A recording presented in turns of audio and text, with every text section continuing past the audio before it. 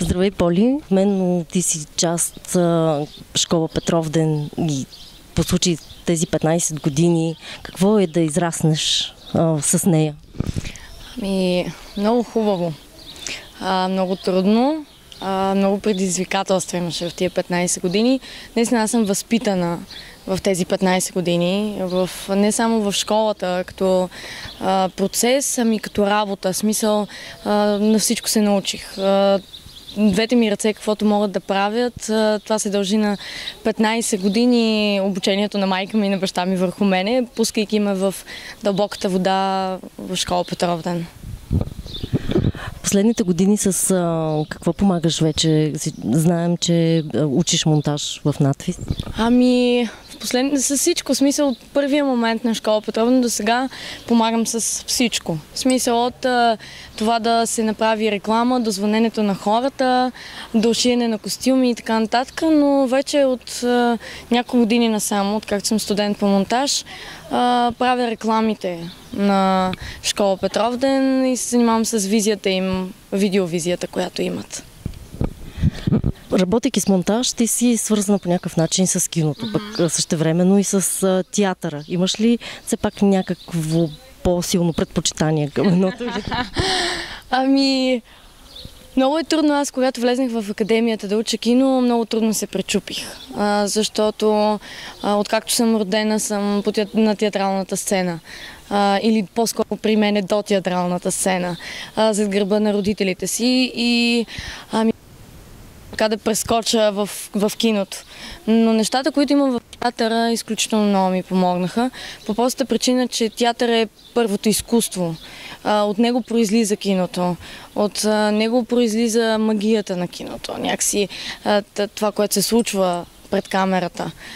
И много ми помогна този опит, който имам тук, за да работя кино и всичкият този труд. Нямам проблем на терен, като отида. Аз работя само с мъже.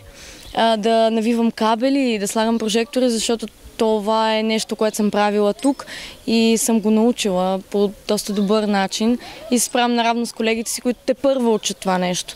И доста пъти съм успявала да помогна на свои колеги в определени неща, както и на режисьорите, с които аз работя, защото моята професия е тет-а-тет с режисьора, който прави своя филм и изключително много помагам, защото тук аз съм възпитана на това текста, който е написан от независимо от то дали е Шекспир или друг автор, или от млад автор, или от човек, който преди хиляди години е написал нещо, аз обръщам страшно много внимание на текста. И за мен текстът е нещо, от което се тръгва да се прави театър или филм. И тук в Пателеница, работейки особено с Шекспир, който е един от най-трудните драматурзи в класиката, аз съм се научила да ползвам текста и така съм видяла моите колеги уважават това в мен, че текстът е много важно нещо. А би ли споделила нещо за процеса тази годишния спектакъл по бурята? Имаме студенти, актьори от Гилфорд, нови преподаватели. Тази година беше доста интересна. Много приятен, как да кажа, не сблъсък, ами много приятна среща се получи между студентите, които всъщност са завършили с професионални актьори от България и студентите от Гилфорд. Много хубава магия, защото някак си тук и това представление доказва, че едни хора, които са расли в, как да кажа, в същината на Шекспир и тук ние, които четем, обичаме Шекспир, правим го, но може би не е по същия начин, много красиво се съчетаха нещата. Това ще видим тази вечер. Четиримата от Лондон, двете момичета и двете момчета, които идоха, пеят невероятно. И допълват страхотно не само картината на сцената, ами като вокално и всякак си. Те са много хубави. Много пак приятна година, смисъл, приятна е меко казано. Тя е същата като останалите. Смисъл, 15 години, всяка година има труд, има среща с много хора, има интереси, примерно, някакви такива неща има. Много неща се случват тук. Много емоция има и оттам се получават всички тези сблъсъци. Но е изключително приятна година и много ползотворна както за мен и за семейството ми, които организираме това, както и за актьорите, които доста от тях идват с първа година. И като на един така значим юбилей, какво е твоето пожелание към всички вас? Какво е моето пожелание? Днеска дадах едно интервю за едни момчета и им разказах, че когато те ме попитаха дали се притеснявам, когато има представление. И аз им разказах нещо много лично, че преди всяко представление аз в повечето ситуации съм на пулта и винаги дигам глава нагоре и поглеждам две звезди. Едната звезда е моя баща и другата звезда е моя дядо, който беше художник-плакатист на Пазарджишкия театър.